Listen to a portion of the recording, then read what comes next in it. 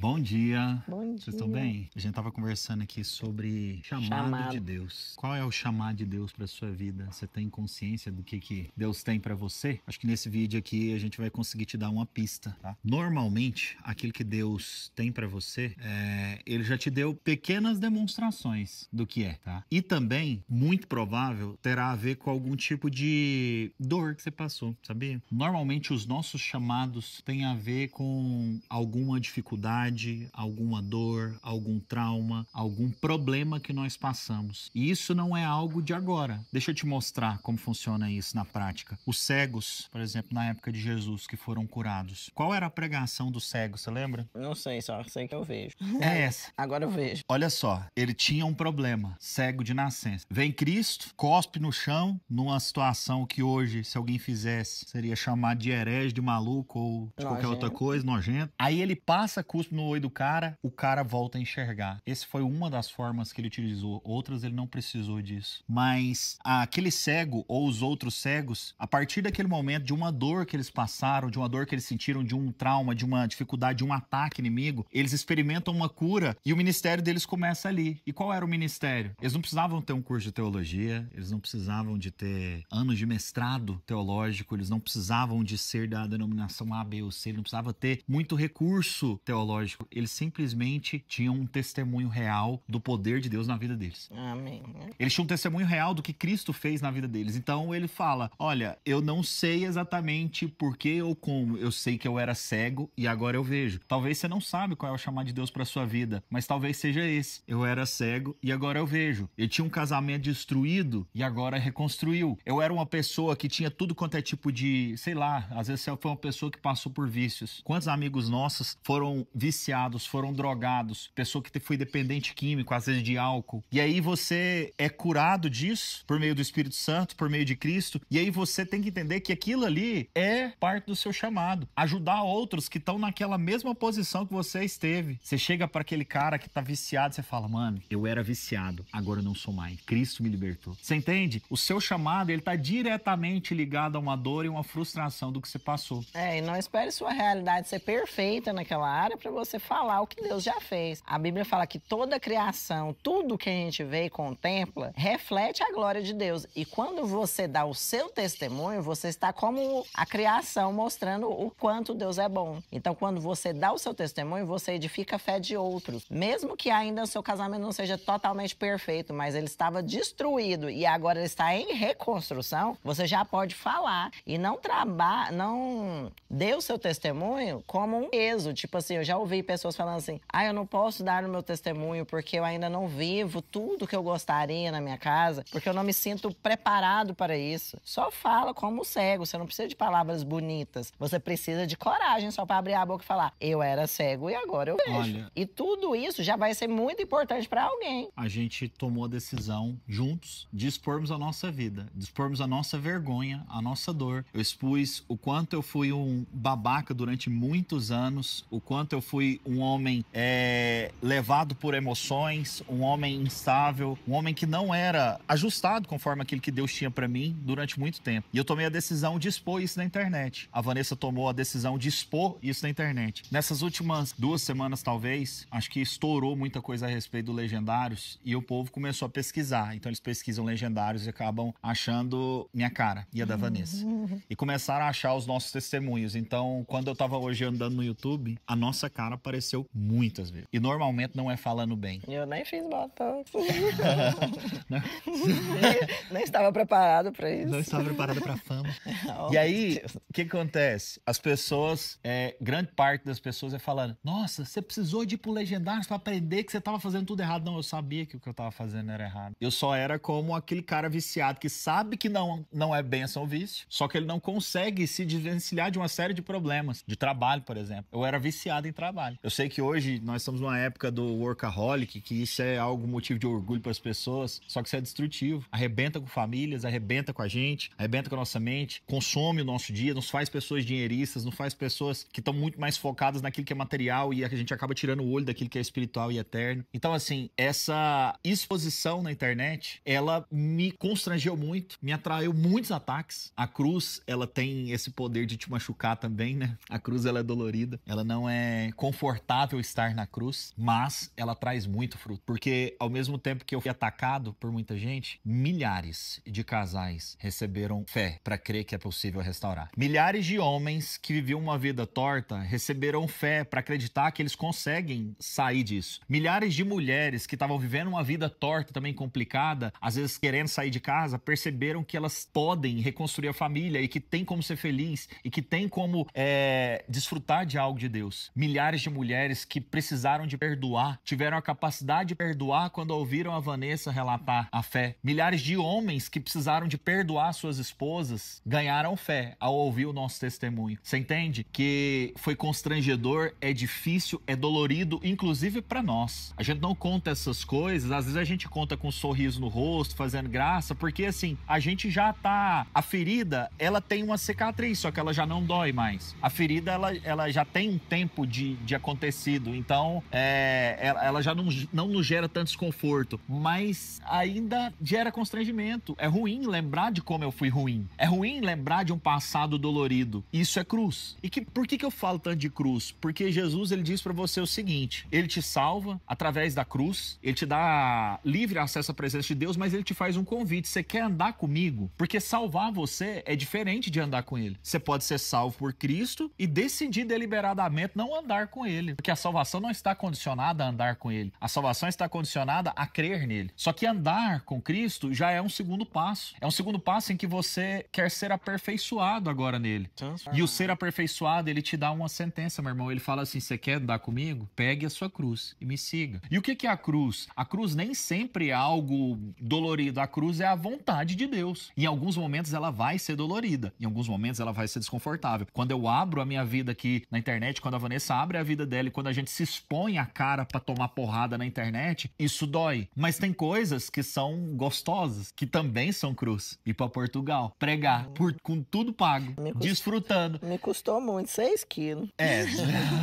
A gente ganhou 6 quilos lá em Portugal, não tem jeito, comida gostosa demais. E aí, isso também é cruz, mas foi gostoso, você entende? Mas era a vontade de Deus. Então a cruz, ela está literalmente ligada ao que é a vontade de Deus, que é boa, perfeita e agradável. Só que para que a vontade de Deus seja boa, perfeita e agradável, você tem um versículo que está em Romanos, que diz o seguinte: mas não vos conformeis com este século. Para de se conformar com o que você está vendo hoje em dia, mas transformai-vos pela renovação da vossa mente, para que experimenteis qual seja a boa, perfeita e agradável vontade de Deus. Olha só, para eu experimentar, para eu ter noção, para eu apalpar e saber que a vontade de Deus é boa, perfeita e agradável, só tem uma forma: é não me amoldar com esse século e transformar pela renovação da mente. Porque pelo presente século, meu irmão, perdoar é coisa de idiota. É errado. Agora, se você é perseguido porque você perdoa, você está sendo perseguido por causa de Cristo, porque você só perdoa por causa de Cristo. Ele te ensinou, você segue ele, você mostra a glória dele, mas vão haver pedradas para quem segue a Cristo, porque houve pedradas para Cristo. Ele fala: eu fui perseguido nesse mundo, vocês também serão lançados no meio de lobos, então não tem escapatória. Só que se você der seu testemunho e vier retaliações, firma na palavra de Deus. Deus gostaria que eu fizesse, que eu perdoasse, ou que eu vivesse a minha própria vida e fosse o resto? Lembra do que Cristo te ensinou. Se eu tô fazendo conforme o que Cristo me ensinou, então eu não estou errado em permanecer. Não estou errado em crer em coisas melhores, em coisas maiores, em obras maiores, que não é o que a maioria vive. Porque, infelizmente, o mundo, a influência do mundo, o que o mundo vive, hoje é a maioria. Então você vai ser o diferente. Mas e daí ser o diferente se você está fazendo isso para Cristo?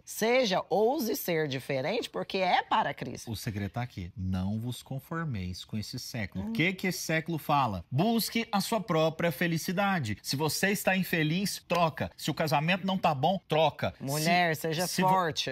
Seja forte. Homem, conquiste as suas coisas. Seja romântico e bobinho, e a mulher seja forte. É uma inversão de valores total. Não vos conformeis com esse século. Tudo que te faz parecido com o que nós temos hoje te afasta de Deus, te afasta da vontade de Deus. Então a vontade de Deus, meu irmão, ela é pelo perdão, mesmo que seja desconfortável. A vontade de Deus, meu irmão, é pela restauração, mesmo que seja desconfortável. Perdoar 70 vezes 7, que Cristo te fala, é pra quem? Meu irmão, vamos ser sinceros, você só perdoa quem você ama, quem tá perto de você. Um cara da rua vem me xingou, esses malucos, vem na internet, faz vídeo, expor na minha cara, expor na cara da minha esposa e fala um monte de merda pra mim, eu tenho que perdoar esse cara, eu nem conheço esse cara, nem me faz diferença, eu não sei quem é, não faz diferença. Só que a palavra diz pra nós perdoarmos, e eu vou te falar, o perdão difícil é pra quem te magoa, e quem te magoa é quem tá perto. É justamente essa pessoa que tá perto, é aquele que tá mais íntimo de você. Às vezes é um sócio, às vezes é seu cônjuge, às vezes é um filho, às vezes é seu pai, seu irmão. São essas pessoas que vão causar mágoa em você. E é nessa hora que você mostra quem é cristão. Só que aí tem um negócio. Só tem uma forma de você experimentar isso. Não é na sua força. Você não dá conta. É na força de Cristo. Então eu tenho que não me conformar com esse século. Renovar por transformação da mente. Como? Consumindo a palavra, consumindo a palavra, consumindo a palavra. Porque aí eu vou experimentar qual é a boa, perfeita e agradável vontade de Deus. Eu vou pra cruz já aceitando, entendendo que ela é a vontade de Deus e é boa. Eu não vou pra cruz arrastado. Eu vou voluntariamente pra cruz. Mas só existe uma forma. Se eu estiver consumindo de Cristo, se eu tiver mudado a minha mente, se eu tiver renovado a minha mente. E ela não vai ser uma pessoa infeliz porque assumiu a vontade de Deus e resolveu viver a vontade de Deus. Por um breve tempo, você pode só sentir dor e achar que tá tudo errado e que essa palavra boa, perfeita e agradável não tá funcionando na sua vida. Mas é por um breve período de tempo, porque quando a obra vai acontecendo, você vai enxergando. E quando ela é terminada, você enxerga a obra completa. Por exemplo, quando você vê os ingredientes de um bolo em cima da mesa, você não tem vontade de comer aquilo. Você olha farinha, sal, ovo, leite, aí você pensa assim, isso aqui não é gostoso nessa forma. E será que vai dar um futuro gostoso, um final gostoso? Você fica assim. Aí você começa a misturar aquela mistura amarela lá. Aí você pensa assim, borbulhante. Você vai beber aquilo na bacia? Ainda não parece muito bom. Mas quando você assa e sente o cheiro, você não precisa nem pôr na boca, você já sabe que ficou bom. Pelo cheiro você já vai saber. Então, existe processo, mas a nossa geração não vê processos. A nossa geração vê store, vê rio, sei lá mais o quê. Então, assim, não seja como o mundo, que só espera, só é bom se for agora. Mas e daí? Você tá precisando de vitamina B, e aí alguém te indica comer fígado. Você fala, eu não vou comer fígado, fígado é horrível, não é a vontade boa, perfeita e agradável de Deus. Pois é, mas você tá com anemia, se você comer, a anemia passa, aí você se sente bem melhor depois. Na hora parecia ruim, amargo na boca, estranho, mas depois os benefícios vêm. Isso aí é coisa de adulto, gente. Casamento é coisa de adulto, processos de Deus é coisa de adulto. Eu, pessoalmente, houve um tempo que eu falava com Deus, eu falava assim, Deus, me trata como criança, porque eu não dou conta agora de grandes testes, grandes provações, grandes lutas. Me trata como criança. Só que aí você vai chegar um momento que você vai falar assim, não, eu quero conhecer mais de Deus. Tá bom, Deus deixa? Eu deixo, pode me tratar agora como adulto. Só que aí a vida de adulto é difícil. Tem benefícios que um adulto pode colher e tem lutas que um adulto precisa lutar. Deixa eu te falar, meu irmão. Mantenha os seus olhos naquilo que é eterno. Enquanto você estiver focado nas coisas daqui, você vai ficar sempre evitando desconforto. Quando eu falo de perdão, muita gente vem e fala assim, mas Deus quer que eu viva... Deus não quer que eu viva um casamento infeliz realmente. Mas isso não quer dizer que ele tá dizendo pra você largar e conseguir outro, não. Ele tá dizendo pra você resolver esse. Ou qualquer outro casamento no mundo não precisa ser uma obra. O que tá garantido que o próximo vai ser bom? A estatística diz o contrário. A estatística diz que um segundo casamento, a probabilidade de separar é muito maior do que o outro. E num terceiro é muito maior ainda. Ou seja, as pessoas estão achando que Deus ele é tipo um gênio, que quer que você fique bonzinho. Não, a cruz ela é dolorida. E olha só, a nossa cruz hoje ela é muito leve, meu irmão. No tempo dos apóstolos, a cruz pra eles era aceitar o evangelho publicamente e ser devorado por leão junto com a sua família. Hoje a cruz do povo é o quê? Aturar um marido pé no saco.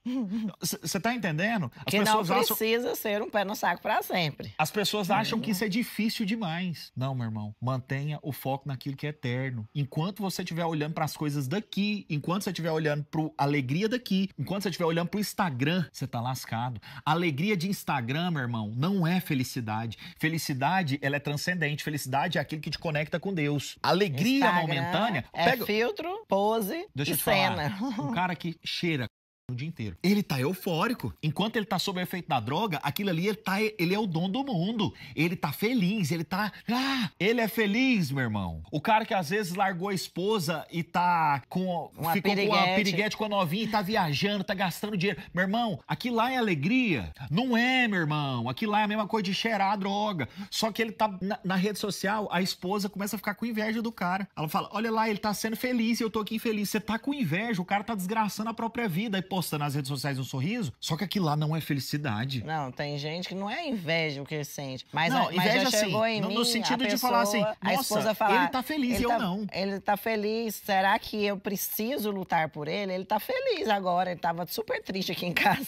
Será que tá certo eu orar por ele? Não, essa aí até que tá boazinha, mas a maioria fica indignada com o cara tá feliz. Ou seja, você tá invejando o cara que tá se matando. Ele tá sorrindo, mas ele tá usando droga. Se você estivesse vendo uma pessoa em cima da ponte, pronta a pular, você ia analisar todos os motivos ou você ia tentar salvar ele? Você ia ficar pensando, não, talvez realmente a vida dele é muito difícil, deixa ele pular, porque os benefícios, ele vai ter uma experiência de voo, sei lá mais o quê, que hoje em dia o povo formula de ideias malucas. E aí você vai, não, deixa ele pular, é a vontade dele, deixa ele ir. Amar também é deixar ir. Não. Tá aí uma psicóloga que falou isso pra mim, amar também é deixar ir. Pode ir falando. Aí você vai analisar a vida da psicóloga, ela é solteira, mais de 40 e um monte de problemas históricos. Aí eu fiquei pensando, ai meu Deus, eu acho que esse conselho, assim, não bate com a Bíblia, né? Tipo, o cara tá se desgraçando. Nós temos filhos que precisam de um pai, nós temos anos de história que estão sendo jogados no lixo e ele está numa posição totalmente irreconhecível, nitidamente influenciado por demônios mesmo,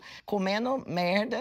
Eu acho que amar é deixar ir. Amar é sentir a dor e lutar pelo outro que não merece. Amar é lutar por quem não merece. Perdão é dar o que a pessoa que não merece precisa. Jesus morreu por quem não merece. Quem segue a Jesus, muitas vezes vai ser testado em fazer como ele. Andar a segunda milha por quem não merece. Fazer algo por quem não merece. Estourou o nosso tempo, já. Tá bom. Fazer o quê? Deus abençoe vocês. Esse vídeo, a gente acabou soltando muita coisa e a gente não falou exatamente da questão do chamado, né? Do chamado, se Deus te deu uma direção, meu irmão, vai na direção. Não espere as circunstâncias perfeitas ou um chute nas costas para cair dentro do chamado. Vai. Porque Pedro, ele pediu a palavra de Deus, ele ouviu a palavra de Deus, ele pôs o pé na água sozinho. Não foi um outro apóstolo que empurrou ele para fora do barco, não foi Jesus que puxou ele pela mão para fora do barco. Ele teve que dar o passo de fé. Ele podia afundar ou não. Só que quando ele olhou para Jesus e ele confiou na palavra, ele andou. Então, muito da nossa vida cristã é andar por fé. Amém. Então, se você teve algo restaurado no seu casamento, algo tocado no seu casamento, na sua vida, através dos legendários, por fé, ouse gravar um vídeo, ouse fazer um texto, mande para nós, poste nas suas redes, poste nas nossas, a gente posta se você quiser, porque assim, mais pessoas precisam mostrar a glória de Deus através das pequenas obras que Deus já fez, ou das grandes que Deus já fez e a gente ainda nem ouviu ainda. Então, abram a boca. Não tenha medo de hater. Melhor forma de você acabar com o dia de um hater é nem assistir o vídeo dele. Eu bloqueei vários. Vocês ficam me mandando os vídeos nos stories, no direct. Olha aqui o que falaram. Aí, tipo assim, esse conteúdo está oculto. Eu bloqueei a pessoa. Eu não tenho que ficar aturando ninguém, não, gente. Eu oro por essa galera, tá? Você que é meu hater e por acaso esse vídeo apareceu por você, deixa eu te falar, mano, que Deus te abençoe demais, tá? Que Deus possa te fazer próspero, abençoado, que seu ministério cresça, que você possa ser bênção na vida de outros homens. Sua vida seja boa e que toda essa amargura de alma saia, em nome de Jesus. Amém. Tamo junto, gente. Deus abençoe vocês. Amém. Valeu. Esse acho que deu 20 minutos, 21, 22.